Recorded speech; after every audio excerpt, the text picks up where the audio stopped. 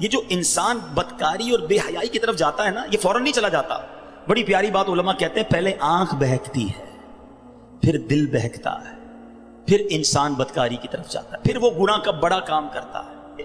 کہ تنہائی کے گناہ سے بچنا یہ بڑی کمال کی بات ہے، اور یہ بڑے کہتے ہیں اللہ والوں کا طریقہ ہے. اللہ نصیب کر دے کہ جب گناہ کا موقع ہے، کوئی نہیں دیکھ رہا، اس وقت اے کاش دل پر یہ خیال جاں گزی ہو جائے کہ رب دیکھ رہا ہے.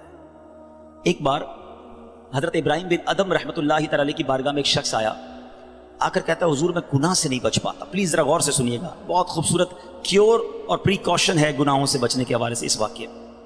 کہتا ہے حضور میں بچنا چاہتا ہوں، گناہ ہو ہی جاتا ہے. ہو سکتا ہے میرے بھائی یا نوجوان بھی ایسے ہوں کہ جو چاہتے ہیں گناہ نہ کریں مگر گناہ ہو جاتا ہے. حضرت ابراہیم بن ادم نے کہا اچھا ایسا کرو، گناہ کرنا چاہتے ہو؟ کہتا ہاں بچ نہیں پاتا، مجھے کرنا پڑتا ہے گناہ. کہا ٹھیک ہے، اب جب بھی تمہارا گناہ کرنے کا جی چاہے نا تو اللہ کا رزق کھانا چھوڑ دینا. کہتا حضور یہ کیسے پاسبل ہے؟ دنیا میں جو کچھ ہے وہ اللہ نے عطا کیا، اس کے بغیر تو جی نہیں سکوں گا. کہا اچھا اب گناہ کرنے کا جی چاہے تو ٹھیک ہے گناہ کر لینا، مگر ایسی جگہ جا کے کرنا جہاں اللہ نہ دیکھ رہا ہو. تو کہتا حضور east west north south every where جدھر بھی جاؤں گا اللہ تو دیکھ رہا ہے نا، وہ اللہ کی کائنات ہے. اچھا ایسا کرو، گناہ کرنا ہے نا کرو، مگر اللہ کی زمین سے اللہ کی کائنات سے نکل کر لو. تو کہتا ہے میں اس کی ملک اور اس کی ملکیت والی جگہ سے بھی باہر نہیں جا سکتا. اچھا گناہ کرنے کا جی چاہے ٹھیک ہے، کرنا چاہے تو کر لینا، مگر جب ملک الموت تمہاری روح قبض کرنے آئے نا تو ان کو منع کر دینا کہ نہیں میری روح قبض نہ کریں، میں نے ابھی توبہ کرنی ہے. تو کہا حضرت nobody have power to deny. کون ہے جو ملک الموت کو منع کر سکے گا کہ میری روح قبض نہ کرو؟ جو وقت ہے وہ تو آ کر رہے گا.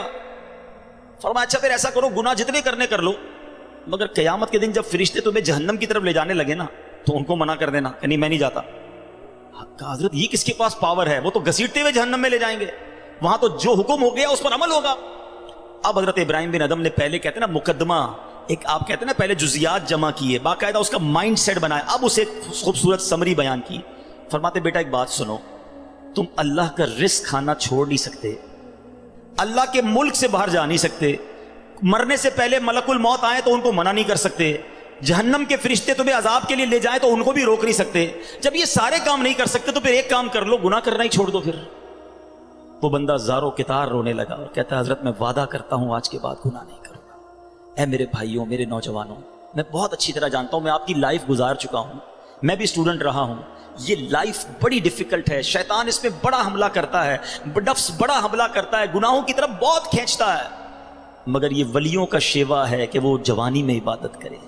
اللہ کو بڑا پسند ہے وہ نوجوان. اللہ فرشتوں پر فخر فرماتا ہے کہ دیکھو میرا بندہ جوان ہے اور میری عبادت کر رہا ہے. مگر آج جوان کہتا ہے جوانی تو دیوانی ہے، مزے کرنے کے دن ہیں. مولوی صاحب بوڑھا ہونے کے بعد میں اللہ اللہ ہی کروں گا، 40-50 سال کے بعد میں مسجد میں بھی چلا جاؤں گا، میں داڑھی بھی رکھ لوں گا، ابھی تو انجوائے کرنے دو. چلو آج آپ اور میں ایک ڈسکس کر لیتے ہیں. If you want to enjoy in this life، آپ چاہتے ہیں کہ ابھی مزے کرنے دیں، بعد میں نے توبہ کر لینی ہے، تو ایک چھوٹی سی ڈیبیٹ آپس میں کر لیتے ہیں. چلیں جناب، آپ میں سے کون ہے اتنے بڑے ہال میں جس کے پاس یہ گارنٹی ہے کہ وہ 50 سال کا ہونے تک زندہ رہے گا؟ Anybody have guarantee? Nobody has guarantee. 50 سال زندگی مجھے ملے گی، کوئی ہے؟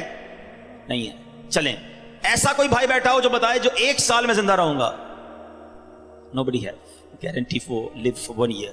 چلو 1 ہفتہ زندہ رہنے کی گارنٹی ہے، کل صبح تک زندہ رہنے کی گارنٹی ہے. سمجھدار لوگ ہیں، میری بات آپ فالو کر رہے ہیں. اٹ مینز آگاہ اپنی موت سے کوئی بشر نہیں، سامان 100 برس کا ہے، پل کی خبر نہیں. آپ کہتے ہیں میں بوڑھا ہو کے توبہ کر لوں گا. ارے آج دنیا سے میں جا سکتا ہوں اور آج چلا گیا تو اللہ کو کیا جواب دوں گا؟ حرام کرتے ہوئے، شراب پیتے ہوئے، بدکاریاں کرتے ہوئے، گرل فرینڈ اور بوائے فرینڈ بنا کر حرام باتیں کرتے ہوئے کدھر جاؤ گے؟ قبر میں کیا جواب دو گے؟ دیکھیں یہ دنیا تھوڑی ہے، میں نے آپ کو جنت کا ریوارڈ بتایا ہے، وہاں نہ ختم ہونے والی نعمتیں ہیں. دنیا کی ایکسپائری ڈیٹ ہے، we have to go from this world. ہم سب نے دنیا سے جانا ہے، مگر جنت میں جو چلا گیا اسے موت نہیں آنی ہے. ہم فیہا خالدون، قرآن کا وعدہ ہے کہ ہمیشہ ہمیشہ جنت میں رہیں گے.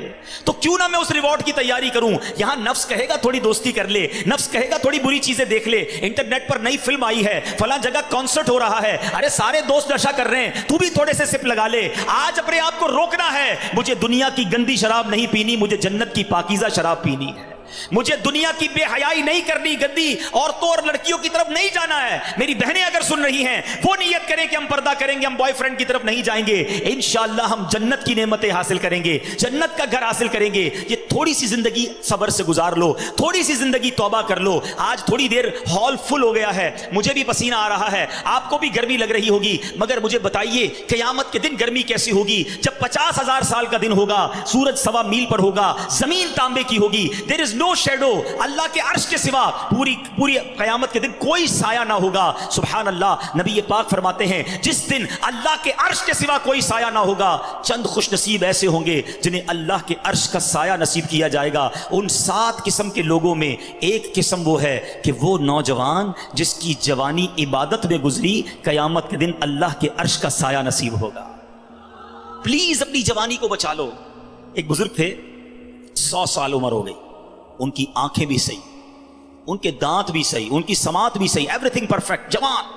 لوگوں نے کہا حضور 100 سال میں تو بندہ بستر سے لگ جاتا ہے، your every part of the body is perfect, یہ کیسے پاسبل ہے؟ کمال کا جواب دیا. کہتے ہیں میں نے جوانی میں اپنے in part of the body کو اللہ کی نافرمانی میں صرف نہیں کیا، بڑھاپے میں اللہ تعالیٰ نے میرے نازا کو سلامت کر رکھا ہے. آپ اچھا بڑھاپا گزارنا چاہتے ہیں نا تو پاکیزہ جوانی گزاریے، خدا را اپنے آپ کو بچائیے. اپنی شرمگاہ کی حفاظت کیسے ہوگی؟ جب آپ حرام دیکھنا بند کریں گے. سرما لگاتے ہوں گے آپ، ٹھیک ہے؟ سرما لگاتے وقت ہاتھ کانپتا ہے کہ یار تھوڑا سا احتیاط سے لگانا ہے، کہیں آنکھ میں سلائی نہ لگ جائے. اتنی نازک ہے میری اور آپ کی آنکھیں. موٹر سائیکل پر تو جاتے ہیں، کبھی کبھی کچرا آنکھ میں آ جائے، لال ہو جاتی، سرخ ہو جاتی آنکھ. ٹرائی ٹو انڈرسٹینڈ، اتنی نازک آنکھیں ہیں، اور ان آنکھوں کو جو حرام سے فل کر رہا ہے، روزانہ انٹرنیٹ پر نہ جانے کیا کیا دیکھ رہا ہے. حدیث پاک کا مضمون ہے جو اپنی آنکھوں کو حرام سے بھرتا ہے، قیامت کے دن ان کی آنکھوں میں جہنم کی آگ ڈالی جائے گی. کیسے برداشت کریں؟ ہم بہت کمزور ہیں میرے بھائیوں، خدا را توبہ کر لیجیے. اور ہم اللہ سے دعا کرتے ہیں کہ مولا کمزور ہیں، گناہ گار ہیں، بڑی خطائیں ہو گئی ہیں، مالک تیرے دربار میں حاضر ہو گئے ہیں.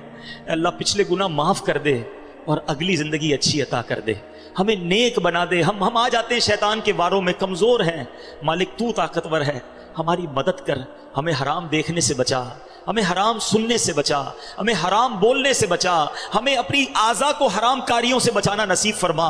اور جن خوش نصیبوں کو نبی پاک نے جنت کی گارنٹی دی ہے، اے اللہ ان خوش نصیبوں میں ہمیں بھی شامل فرما لے. یہ بدکاری کتنا برا گناہ ہے. یہ جو لوگ حرام کاری کی طرف جاتے ہیں تھوڑی سی انجوائمنٹ کے لیے، ایسے پروگرامز میں جانا جو آپ کا دل اس طرف لے جائیں حرام کاری کی طرف، ہمیں پہلے پریکاشن کرنی ہوگی کہ تاکہ ہم اس طرف نہ جائیں اور اپنے آپ کو بچا لیں. تو آج میرا میسج یہی ہے، آج میرا پیغام یہی ہے کہ خدا را اپنی زبان کی حفاظت کریں، اپنی آنکھوں کی حفاظت کریں، اپنی پاکیزگی کی حفاظت کریں، نہ جائیں حرام کاریوں کی طرف. اب اس میں بہت بڑا پرابلم پتہ ہے کیا ہے؟ یہ باتیں سن کر ہو سکتا ہے، I'm not sure کہ سب کا ذہن بن رہا ہو، مگر ایسے سعادت مند بھی ہوں گے جن کا یہ ذہن بن رہا ہوگا کہ یہ ٹھیک بات کر رہے ہیں، مجھے اکیلے قبر میں جانا ہے اور اپنی کرنی کا جواب اکیلے ہی دینا ہے. اب اگر مجھے اپنی قبر روشن کرنی ہے تو مجھے ان گناہوں سے بچنا ہوگا. یاد رکھو، جس طرح فیوچر برائٹ کے بارے میں سوچتے ہو نا کہ برائٹ فیوچر ہو جائے، کبھی برائٹ گریو کے بارے میں سوچا میری قبر بھی برائٹ ہو جائے؟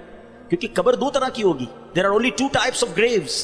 رسول اللہ صلی اللہ علیہ وسلم فرماتے ہیں قبر 2 طرح کی ہوتی ہے. حدیث پاک کا مضمون ہے یا تو جنت کا باغ یا دوزخ کا گھڑا. Now it's up to you which type of grave you like to live. کتنے سال قیامت تک کے لیے اس قبر میں رہو گے اور کیسے رہو گے؟ جہنم کے گھڑے میں، سانپ اور بچھوؤں میں، یا جنت کے باغ میں؟ یہ آپ نے ڈیسائیڈ کرنا ہے.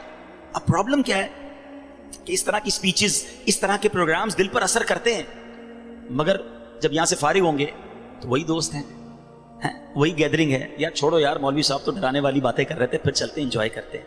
اب بندہ کہ یار میں ذرا نماز پڑھنے جا رہا ہوں، ارے کیا مولوی ہو گیا ہے، بار بار نماز پڑھ رہا ہے. ایسے دوست جو ہے نا وہ ہمیں نیک نہیں بننے دیں گے.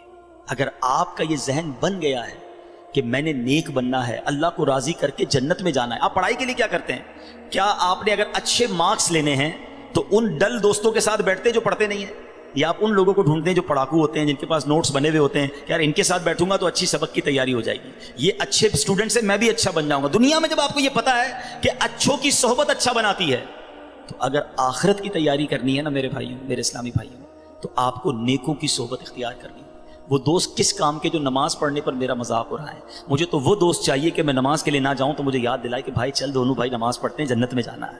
خدا را ایسی کمپنی ڈھونڈو اس کمپنی سے اپنے آپ کو بچائیے. اچھے کی صحبت تجھے اچھا بنائے گی, برے کی صحبت تجھے برا بنا دے گی. تو خدا را اچھوں کی صحبت تلاش کیجیے. آج کے دور میں بہت بڑی نعمت دعوت اسلامی کا ماحول ہے, جو ہمیں ایسے دوست دیتا ہے جو ہمیں آخرت کی یاد دلاتے ہیں. احادیث کا مضمون ہے, دوست وہ ہوتا ہے جسے دیکھ کر خدا یاد آ جائے. بتائیے کوئی ایسا دوست ہے ہمارے پاس جس کو دیکھ کر خدا یاد آ جائے؟ ہمارے دوستوں کو دیکھ کر تو سنیما یاد آتا ہے, کانسرٹ یاد آتا ہے, عجیب و غریب باتیں یاد آتی ہیں. ایسے دوست کس کام کے جو نہ دنیا میں میرے کام آئیں اور مرنے کے بعد میری قبر پر آ کر فاتحہ بھی نہ پڑھ سکیں. ہم نے دیکھا ہے کہ کسی کا جنازہ ہو تو دوست باہر کھڑے ہوتے ہیں, لوگ کہیں یار آپ جنازہ پڑھیں, کہتے ہیں یار ہمیں تو پڑھنا ہی نہیں آتا. ایسے دوست کس کام کے جو میرا جنازہ نہ پڑھ سکیں؟ اللہ کرے میرے ایسے دوست ہوں کہ مجھے سنت کے مطابق غسل دیں, کفن دیں, مجھے قبر میں اتاریں اور نمازیں پڑھ پڑھ کے مجھے ایصال ثواب کرتے رہیں. تو خدا را میرے میٹھے اسلامی بھائیوں, جس طرح دنیا کی ترقی کے لیے, دنیا کے ریوارڈ کے لیے آپ اسٹرگل کر رہے ہیں, جنت کے لیے بھی اسٹرگل شروع کر دیجئے. اچھی کمپنی اختیار کیجئے اور دعوت اسلامی کا ماحول آپ کے سامنے ہے.